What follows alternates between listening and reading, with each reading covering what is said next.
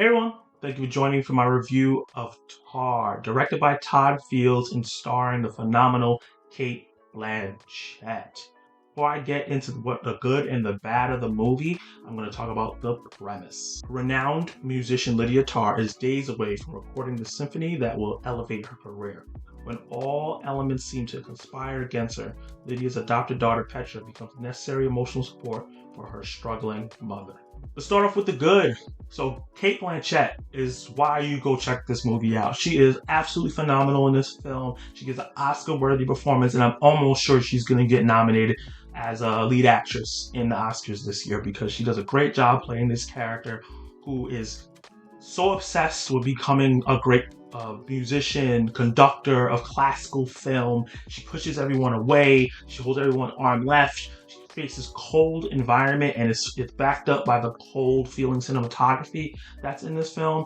And she uses everyone to her benefit for the way she looks to others, and everything in her outward appearance is what is important to this character. And there's also some controversy underlying that because she is this lead conductor and she picks who's in her inside of her. I don't know what the conductive thing is called. I should have known because it said it like 70 times in the film. But the people who play the violins and all the instruments in the pit, she picks those people out, and depending on how she feels about them is how she decides who's going to be there. And sometimes she goes a little too far with the relationship, and that's the controversy that is in the film that carries the movie throughout.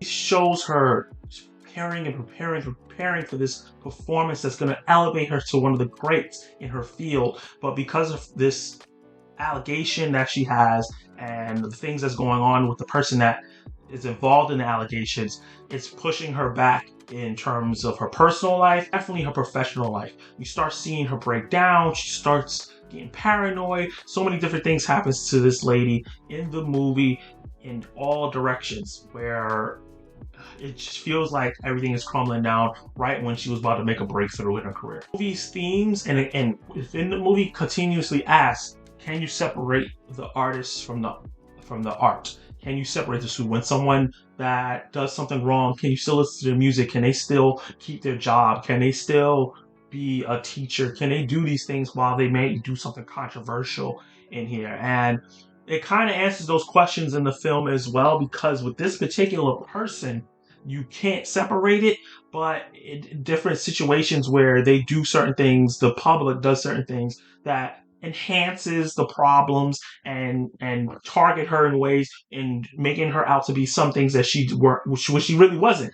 And you see how like stuff like that may happen in real life, where there's certain artists or business owners does something wrong, but then people twist it and try to add more and escalate it to a higher level than it actually is. The way this movie is filmed and it goes about it, it feels like a biopic. I thought that Lydia Tarr was a real person. The way the movie is set up, the way they list out the accomplishments, the flow of the film feels like a biopic, but it's not. This is a fictional person that Cate Blanchett is playing, and that's another reason why I feel like she did a phenomenal job, because she made this person feel so real. I thought this was a famous classical musician that just fell so hard from fame, and I think that is a really big thing for this movie, where I think it'll make it stand out amongst the rest in terms of how the way they executed the feel of the film. Now let's talk about the bad. So this movie is 2 hours and 38 minutes, and I feel like it might have been like an hour too long, which is really, really bad. I know I'd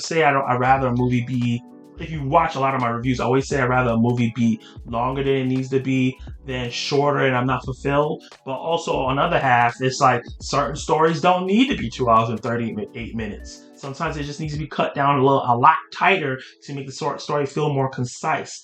And there's just certain issues that this movie has that I feel like general audiences, especially people who are not into classical music, it's going to be hard for them to get into the film. The first 4 to 5 minutes of the film is credits with some classical music playing over it, with nothing on the screen, just a black screen and people's in the credits, which is a really weird choice. And it was very frustrating because right after that, it's like 10 to 15 minutes of discussion about classical composers. And I personally do not care about classical music. I don't know any of the musicians or anything like that. I was coming here for the performance and the story, and a lot of the movie, maybe the first 40 to 45 minutes, was about that.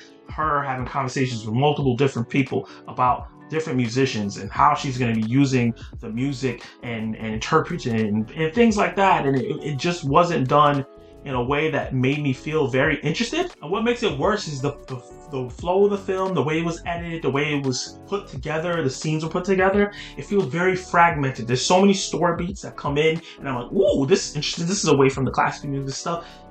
You know, the relationship that she may have had with someone that is part of her musical core, and then the relationship she has with her wife, because she's a lesbian, and her adopted daughter, and then the relationship she has with her assistant, and all these different storylines of different relationships she have, and the things that she's going through, her being a teacher and may have said something that she shouldn't have said, just feel like they're there, but they don't really get fleshed out or be fulfilling or tie back into the end.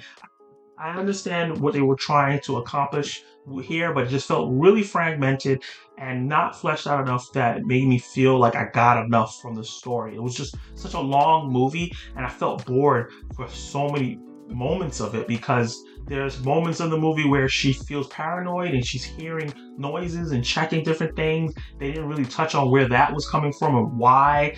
Then there's a part where you see some of her like childhood, and there's something interesting there, but we don't touch on that either. Really, it's like a 5-minute scene, and then we're away from it. And there's a lot of that in this film. There's scenes of just her going on throughout her day, like working out or stuff like that, that never really ties into everything and why it's there. It could have been easily taken out and it would have been the same exact movie. And I feel like wasting the time of the viewer is the worst thing you could do when you're making a movie. And I know a lot of people love this movie. The reason why I wanted to really check it out is because it was a lot of hype around it. But I personally just felt really bored. Despite all the things that I said in the beginning about Cate Blanchett's performance, it still stays true. She did a fantastic job. And all the things that they touched on and everything, it's just the way it was presented, the way the film flowed, and how long it was for what we got. I just was severely disappointed. Let's get into my verdict. So this was a really hard movie for me to write my notes and review, because this is a really well-made movie in terms of cinematography, sound design, score, Cate Blanchett's performance, the performances of the supporting cast. We have some really talented actors here in the supporting cast. So when you have all those elements up, touch a subject matter that actually is interesting in the core of the story of, like, you know, cancel culture and separating the art from the artist and different things, relations with people you work with.